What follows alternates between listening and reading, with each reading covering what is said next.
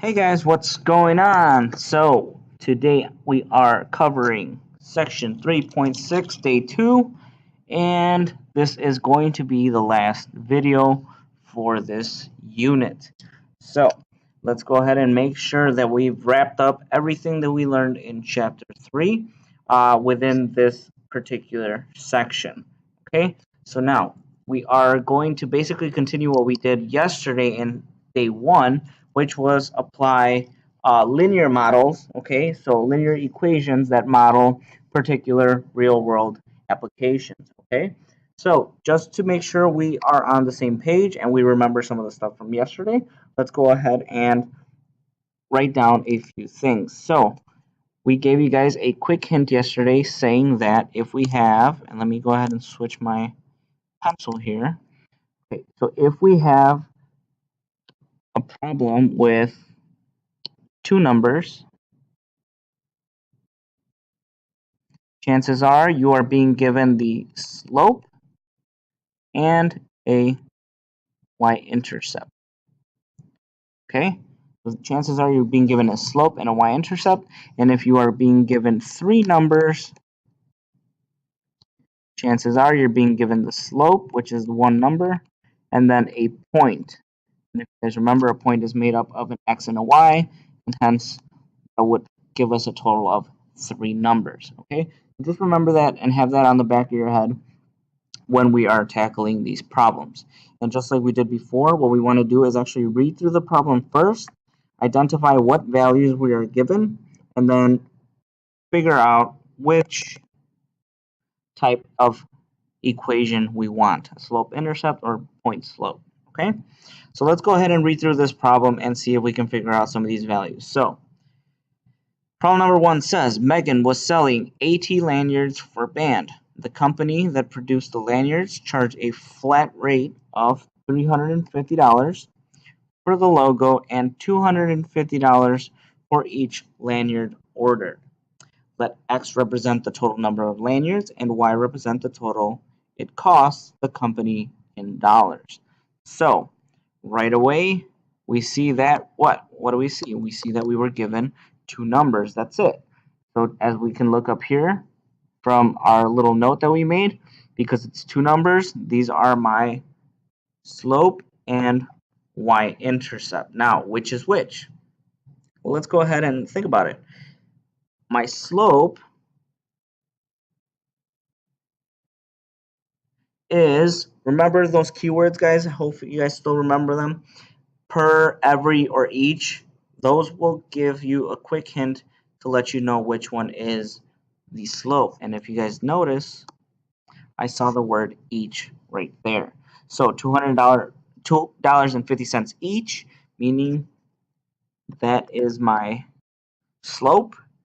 And then here at the top, we have a flat rate of $350. That's our y-intercept. That's our starting value. Remember, starting or flat rate or initial fee, that's all pointing towards B, which is our $350. Okay, now just to clarify, I'm actually going to go ahead and write what each variable represents. So we know the X represents the number of lanyards, and Y represents the cost in dollars. Okay, so I'm just going to have all that information right there on the side for me, but let's see what is being asked for us to do. It says write a slope-intercept equation to model this situation. Well, look at that. We already have all the information that we need here. So let's go ahead and write our equation. We have y equals m, which in this case would be 2.5, x plus b, which is $350. Okay, so let's go ahead and circle this because that is now in slope-intercept form. We now have an equation that models this particular situation. All right, and as we did yesterday, we know that once we have an equation that models a particular real world problem, we can start asking more questions about this particular scenario. So let's see what we have for letter B. It says, how much will it cost the company if the band places an order of 1,200 lanyards? So let's go ahead and see if we can figure out where we have to substitute in that 1,200.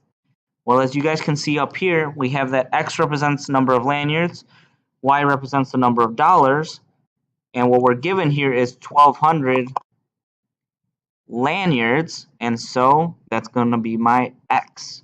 So what I'm going to do is take my equation, I'm going to do Y equals 2.5, and the X represents lanyards, so that's where I'm going to put the 1,200 plus 350.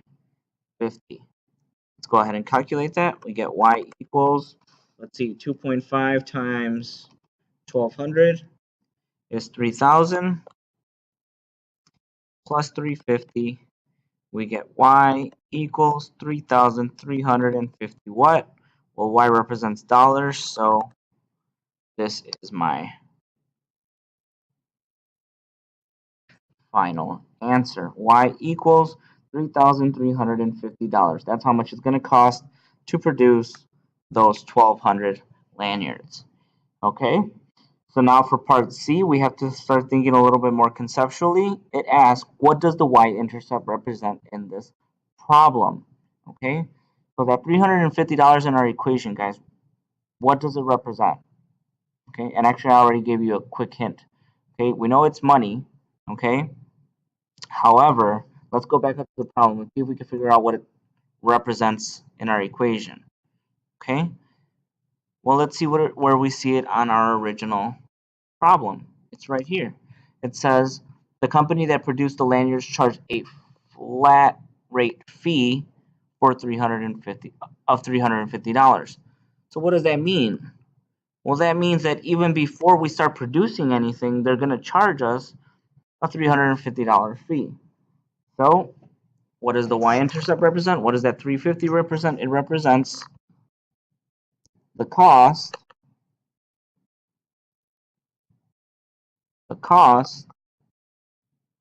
before any lanyards are made. So it's basically the initial fee. So if you want to write that in parentheses there, it's the initial fee that they're going to charge us before we even start producing any of those lanyards. It's just like another scenario that I can think of, in that once you guys get older, if you guys do rent a car, you guys will notice that you may get charged an initial fee for renting the car, but then for every mile you put on it, they start charging you a little more. So they give you a straight charge right from the get-go, but then depending on how much you drive, you might get another charge. So this would be our initial fee. Okay, so we just did a problem that has two numbers in it, which we knew had to be the slope and the y-intercept. So let's figure out what we get for this next problem. So let's see. Ms. Wojcik runs at a speed of 7.5 miles an hour. On race day, after her 5th mile, she noticed it took her 32 minutes. So already we have quite a few numbers here. 7.5 miles per hour. On race day, her 5th mile, she noticed it took her 32 minutes. Let X represent the number of miles and Y represent the total number of time. The total amount of time. So here, let's go ahead and figure a few things out first. We were given 3 numbers, and hence we can't have a slope and a y-intercept. That would be only 2 numbers. We know from up here that if we have 3 numbers, it must be the slope and a point. Okay, so we know the slope here.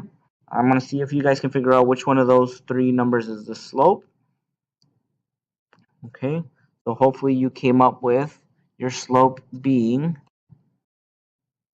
7.5. Now, how did I know it was 7.5? Well, think about MPH, that's miles per hour. Per is one of our keywords that lets us know that it is the slope. Another thing that you could have used to help you determine that it was a slope is speed. Remember, speed is a rate. It's a rate of a distance for the a distance per the amount of time. Okay, so just like a slope is a rate of change, that speed is also a rate of change. So we knew that was our slope. Now we need to find out which one of these is my x and y, because we know a point is made up of two numbers just like that.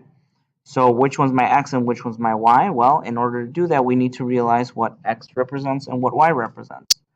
So x stands for what? It says it stands for miles. Y stands for total time. And so my point is what? Well, we have 5 miles, so 5 is my x, and 32 is my time. So I have both my slope, my point, but look at what we're asked to do. We're asked to find a slope-intercept equation. So we don't have enough to do a slope-intercept equation yet, but we could definitely start writing a point-slope equation. So let's go ahead and do that. So what do we get? We have a y minus y1, which is y minus 32, equals 7.5, which is my slope, x minus 5. So all I did in there was take my values that I highlighted in green and substituted them into a point slope equation. Now that's not the form we want, so I still have to distribute, and let's see what we get. This is y minus 32 equals 7.5x minus, let's multiply that out, 7.5 times negative 5 is a negative 37.5. All right, we have to add the 32 to both sides.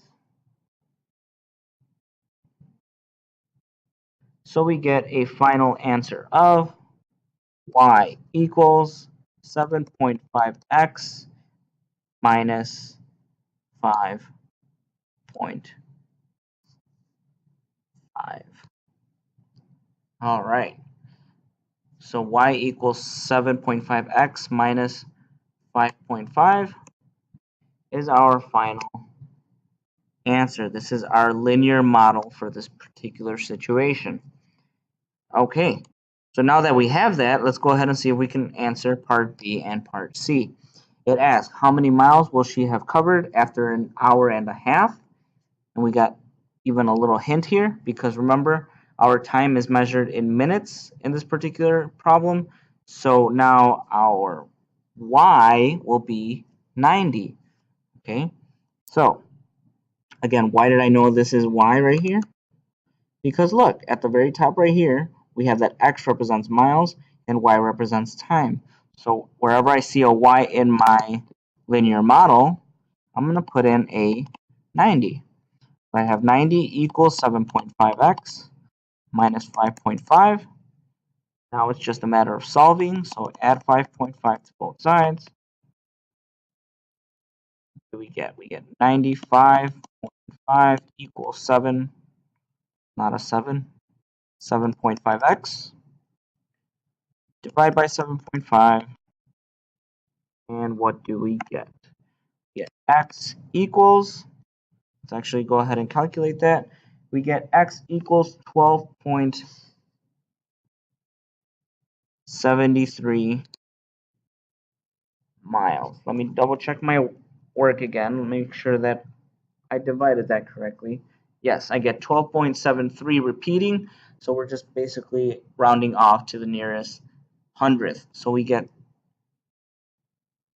x equals 12.73 miles. Now remember, guys, in these real world problems, we have particular units that we have to pay attention to, so make sure you always add miles or whatever unit we are representing. All right, part C, how much time has gone by after she runs 9.3 miles? Okay, well, 9.3 miles is my what? Is that an x or my y? If I look back up here, miles is my x. So now, restarting with my original equation, which, if you guys remember, was y equals 7.5x minus 5.5. So restarting with that equation, now I'm going to represent my x with a 9.3, and I'm going to be solving for y this time. 9.3, all I'm doing is substituting. Okay, let's actually multiply that out, see what we get. So 7.5 times 9.3 is a 69.75. So y equals 69.75, and I still have to subtract that 5.5. So I get the final answer of y equals 64.25. Now this is in minutes. Okay, so it's 64.25 minutes. Now, if you wanted to actually go back and represent that as hours, you can go ahead and write here on the side. Well, how many minutes are in an hour? It's 60. So 1 hour and, well, just the remainder. So in this case, it would be 4.25 minutes. So if you gave your answer like this would also be acceptable. Okay? All right, so those were more than anything just a recap of yesterday. We had a scenario where we had 2 numbers and a scenario where we had 3 numbers. I want to read through this problem before we start going further into it. And you guys are going to notice something about the numbers that we find here. So let's see what we get. It says, Airport DVD Rentals is offering a new special for the busy holiday travel season. You can rent a portable DVD player and DVDs to take on your flight. The Smith family only rented 1 DVD, and the airline charged them $19. Okay, so we already have 2 numbers here. The Jones family rented 4 DVDs, and the airline charged them $34. Let X represent the number of DVDs and Y represent the total charge. So what do you notice? How many times did I highlight something? Well, this time I highlighted 4 numbers. Okay? Now, let's think back once more. Slopes are 1 number. Okay? Y-intercepts are 1 number, and points are 2 numbers. Okay? And we're usually given 2 of these things. So it's usually either like slope and an intercept, which would be a total of 2 numbers, or or maybe a point and a slope, which would be 3 numbers. Okay?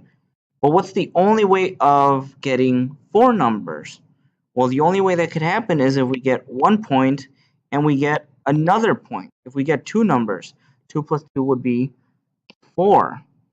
And so that's starting to make sense now.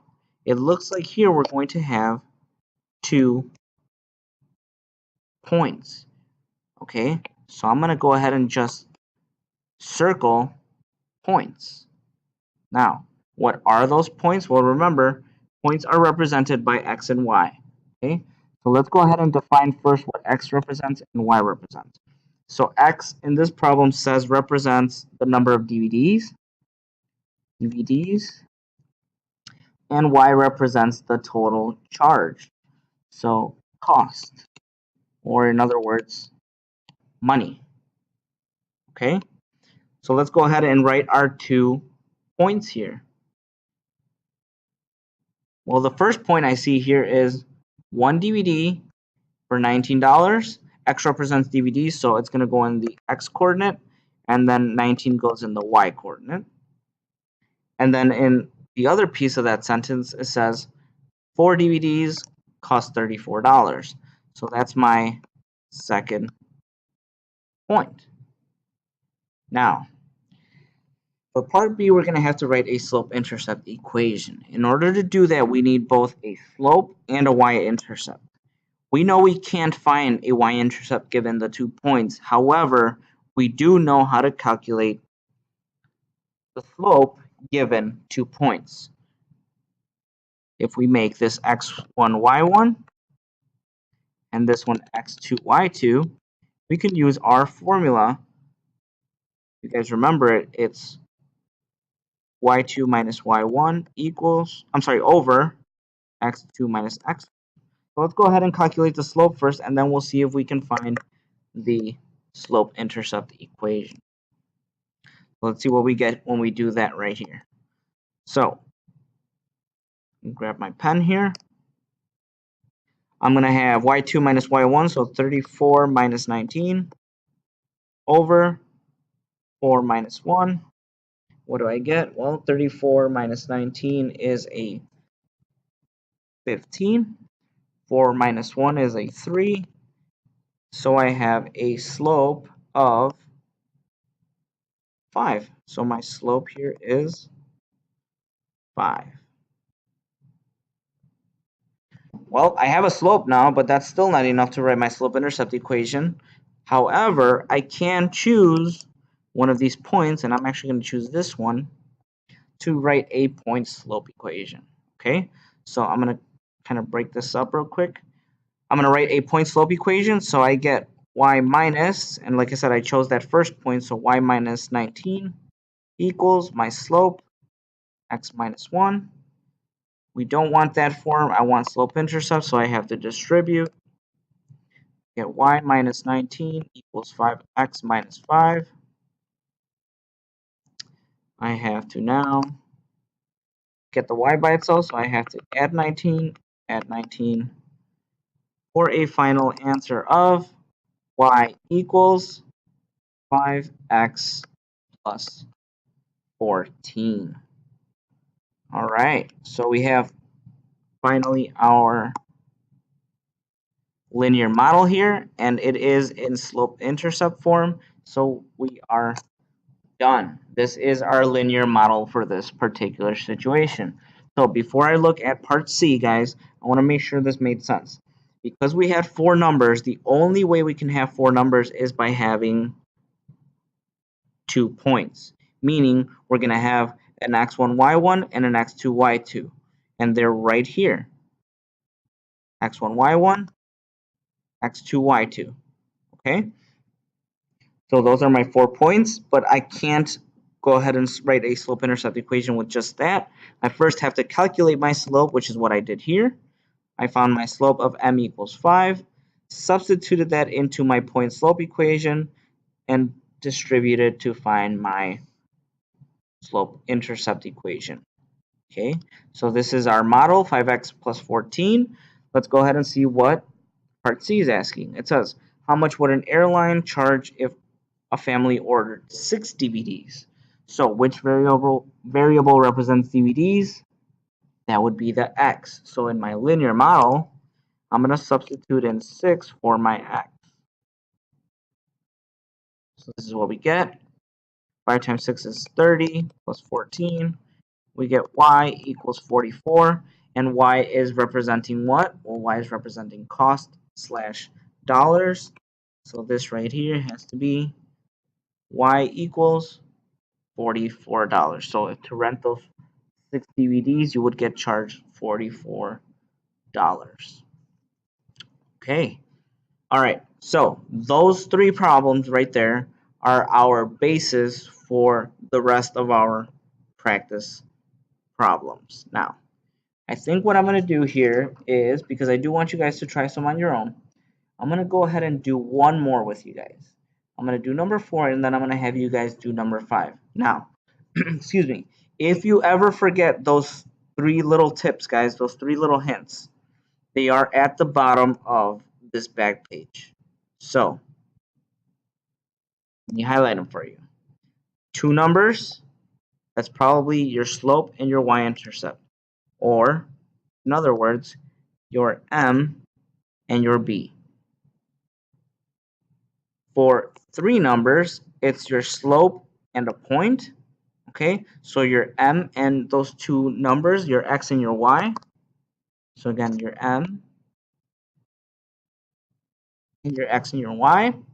And finally, for four numbers, the only way that's possible is if you have two sets of numbers there. So your x1, y1,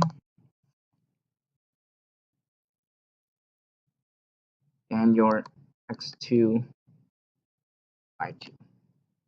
Okay, so just make sure you keep those handy in case you need them for problems number 4 and number 5.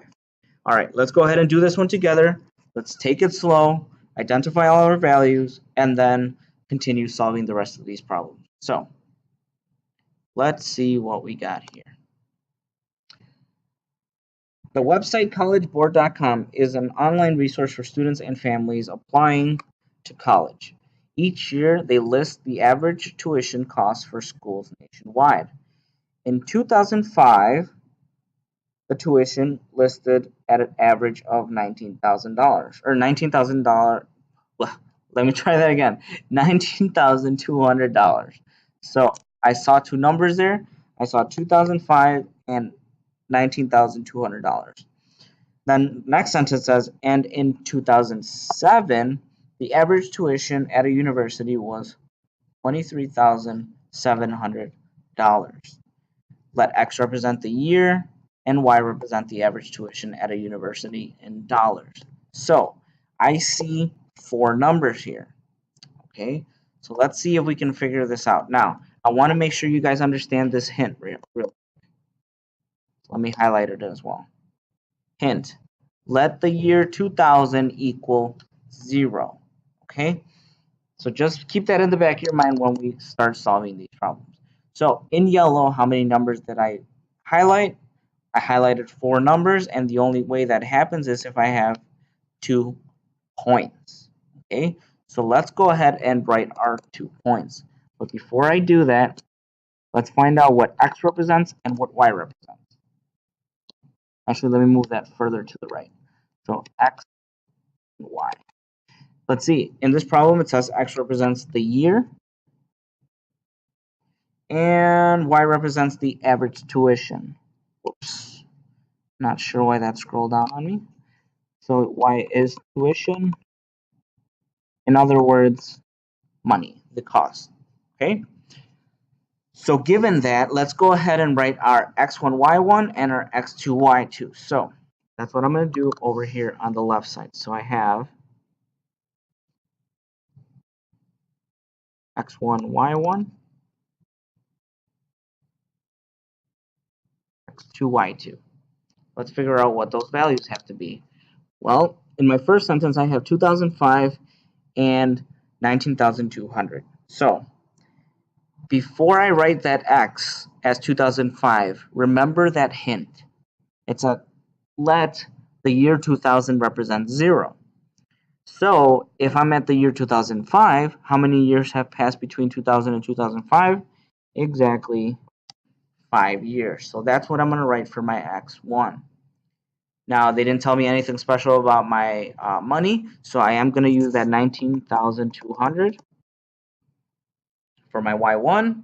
And then notice the second sentence there gives me my other two values. So, and in 2007, so from 2000 to 2007, how many years have passed?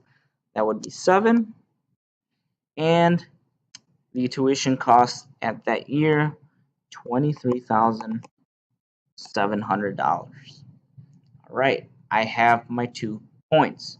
In order to go ahead and write a slope-intercept equation, I need a slope and a y-intercept. So let's figure out our slope. I keep writing these down, guys, but you don't have to keep doing this. I'm just writing it for you guys to have it there in case you do need it. And it's actually also for me to make sure I place everything where it should go. Okay, so y2 minus y1 in this case would be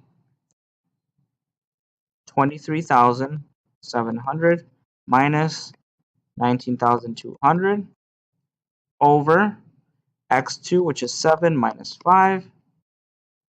So what do we get? All right, let's see what we get. Type it into our calculator, 23,700 minus 19,200.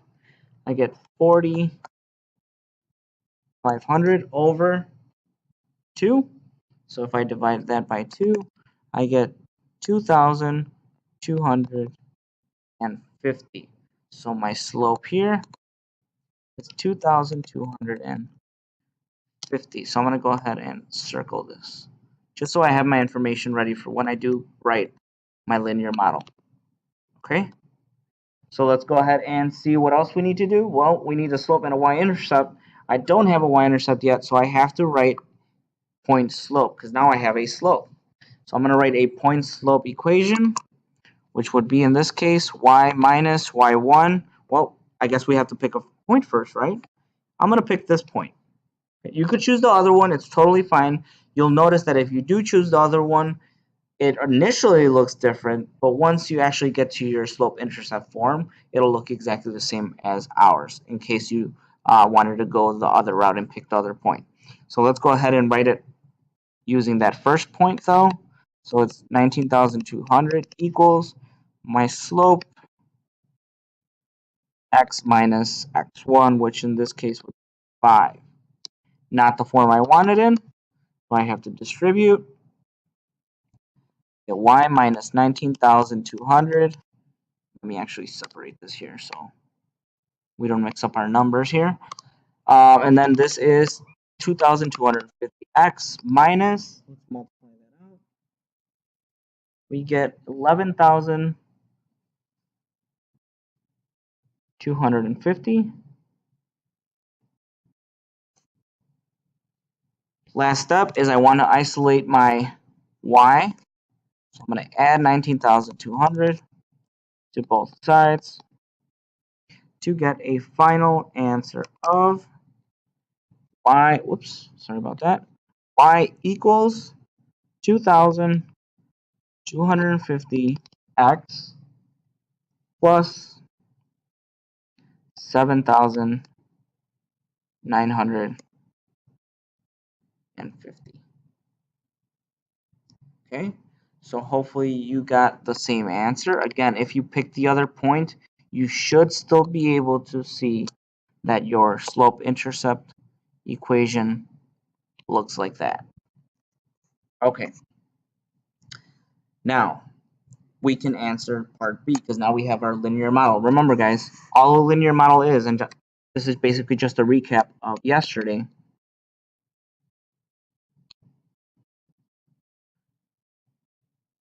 This is our linear model. All a linear model means is with that equation, with that model, I can ask questions about a year or the cost and make predictions. Okay, or actually, they won't be predictions; they would be pretty accurate, actually.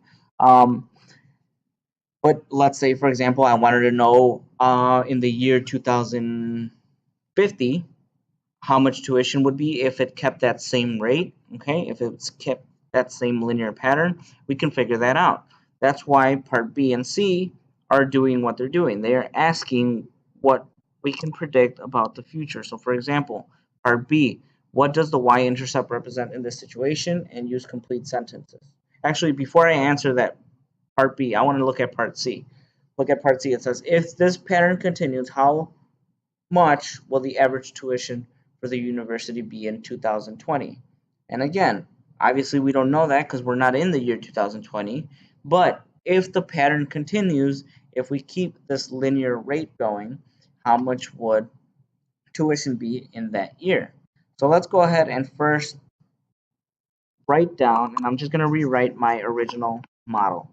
Y equals 2,250 x plus 7,950. Now, the year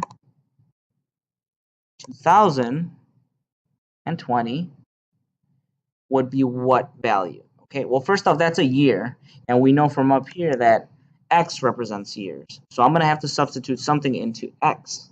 However, what number am I substituting? Well, if we pretend again that the year 2000 is the value 0, then the year 2020 would be just 20. So that's exactly what I'm going to go ahead and substitute in here. I have 2,250 times 20 plus 7,950. So let's multiply that out. 2,250 times 20 is 45,000 plus my 7,950 gives me a grand total at the end of $52,950. Okay, 7,900 and wait, what did I just say? $52,950. Okay, good. And this is again RY. I didn't write it in. You don't have to, but that is RY because as we know, Y represents tuition costs. Okay, so if you got $52,950, you guys are on the right track. Okay, now it's time for you guys to test yourselves. Oh, actually, even before we do that, I did skip B, didn't I? Let's go back to B. It says, what does the y-intercept represent in this situation? Well, what do you guys think? Remember, what are a few keywords for the y-intercept, the B value? Usually that means what? I'll let you guys think about it. Some keywords that we look for